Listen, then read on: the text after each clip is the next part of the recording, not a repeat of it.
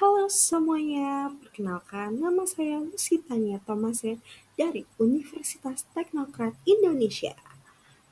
Hari ini saya akan menjelaskan materi tentang aspek manajemen studi kelayakan bisnis.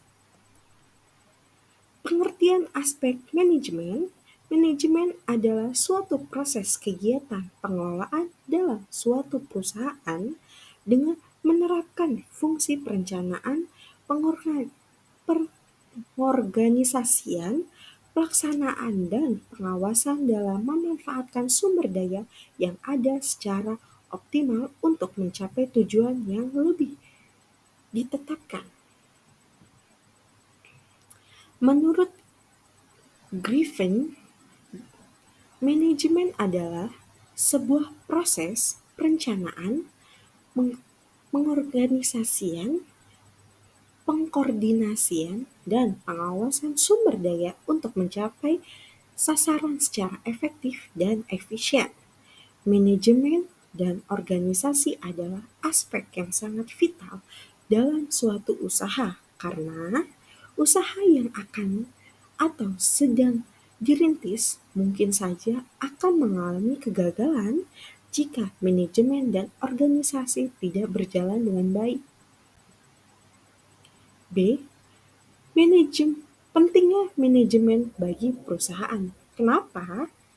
Karena secara umum, manajemen diartikan sebagai peraturan.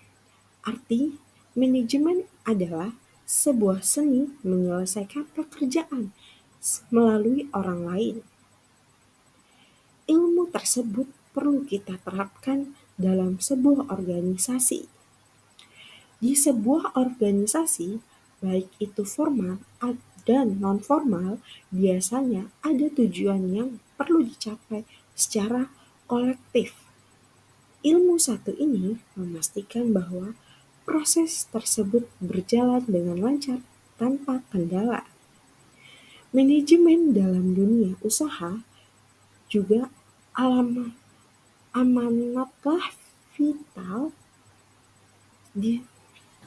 Itu sebabnya untuk usaha apalagi yang sedang dirintis tidak akan bisa berjalan terus dan konsisten tanpa adanya sumber manajemen di dalamnya.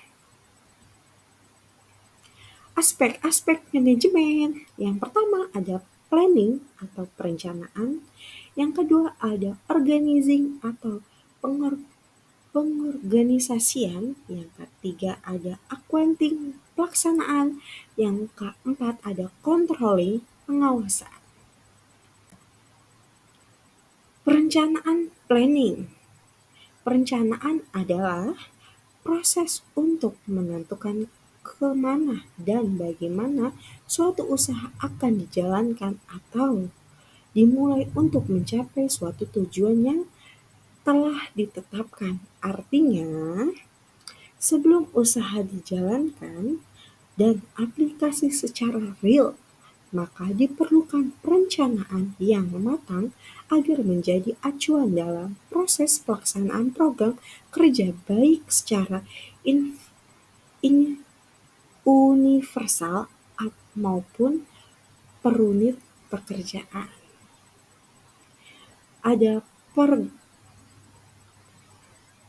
Ada organizing atau pengorganisasian adalah proses untuk mengelompokkan kegiatan-kegiatan dalam unit-unit tertentu agar jelas dan teratur sesuai tanggung jawab dan wewenang di pemegang unit. Pada biasanya, setelah perencanaan kegiatan usaha, maka tahap bagaimana program kerja sangat diperlukan untuk memudahkan pekerjaan dan bahkan penetapan pada setiap unit harus tepat sesuai skill dan kemampuan karyawan agar pelaksanaannya bisa sesuai yang diharapkan perusahaan. Selanjutnya ada pelaksanaan atau accounting. Pelaksanaan adalah proses di mana semua hal yang Rencana telah dimulai oleh seluruh unit, seperti orang manajer yang menyerahkan seluruh bawahannya untuk memulai pekerjaan sesuai dengan tugas yang telah ditetapkan kepadanya. Artinya, karyawan yang telah ditetapkan pada masing-masing unit, mereka harus benar-benar menjalankan tugasnya, pokok dan fungsinya sesuai yang telah ditetapkan oleh perusahaan. Di sini juga sangat membutuhkan komunikasi, koordinasi, dan kolaborasi dari setiap unit dalam menyelesaikan tugas sebagai unit bentuk kerjasama pada setiap bidang atau unit pekerjaan. Yang ketiga ada wawasan controlling. Wawasan controlling adalah proses untuk mengukur, penilaian, dan mengevaluasi hasil pekerjaan agar tetap sesuai dengan perencanaan awal dan mengoreksi sebagai penyimpanan secara proses pelaksanaan kerja. Yang D ada manajemen pembangunan proyek.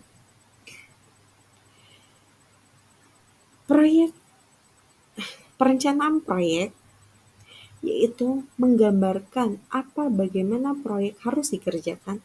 Hal ini meliputi jenis pekerjaan, waktu penyelesaian, tenaga pelaksanaan, peralatan, dan tujuan anggaran. Perencanaan ini dinilai memudahkan bagi pihak terkait agar bisa bekerja lebih mudah dan rapi. Yang B ada penjadwalan proyek. Proyek meliputi penjadwalan waktu-waktu dari masing-masing aktivitas proyek dalam urutan yang sudah diatur. Yang C, pengawasan proyek. Pengawasan dan pengendalian jalanan proyek adalah salah satu hal yang tak boleh disepelekan dalam pengawasan proyek demi kesuksesan proyek dan target yang telah ditetapkan.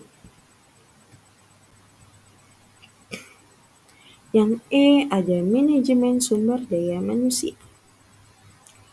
Sumber daya manusia meliputi segala sesuatu yang dipersiapkan perusahaan terkait dengan kinerja SDM, yakni dalam menetapkan posisi kerja sesuai dengan bidangnya masing-masing.